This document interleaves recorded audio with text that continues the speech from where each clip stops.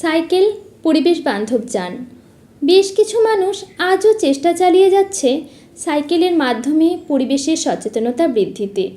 উন্নত দেশগুলো বিশ্ব উষ্ণায়ন প্রতিরোধে বা সাস্টেনেবল ডেভেলপমেন্ট গোলে অল্প দূরত্বের পরিবহনের মাধ্যম হিসেবে সাইকেলকে বেছে নিতে বলছে। গত 2রা মে সাইকেলকে পরিবেশ বান্ধব যান হিসেবে তুলে ধরতে এবং পরিবেশের সচেতনতা বৃদ্ধিতে এক অভিনব ও সময়োপযোগী উদ্যোগ নিল মঙ্গলকোট গভর্নমেন্ট ডিগ্রি কলেজ।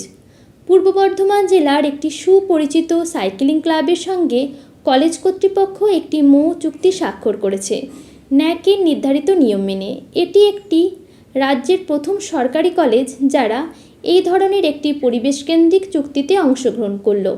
এই চুক্তি অনুযায়ী আগামী 3 বছরের জন্য কলেজ ও ক্লাব একই সঙ্গে কাজ করবে পরিবেশ সংরক্ষণ এবং সচেতনতা বৃদ্ধির লক্ষ্যে। যৌথভাবে তারা আয়োজন করবে সাইকেল র্যালি ও ক্যাম্পাস সচেতনতা অভিযান, পরিবেশ ও স্বাস্থ্য নিয়ে শিক্ষার্থীদের অংশগ্রহণ কর্মশালা, সাইকেল চালাও ও প্রকৃতিকে ভালোবাসো এই বার্তা প্রচার, গ্রিন ক্যাম্পাস ও প্লাস্টিক মুক্ত পরিবেশ গঠনের সচেতনতা প্রচার।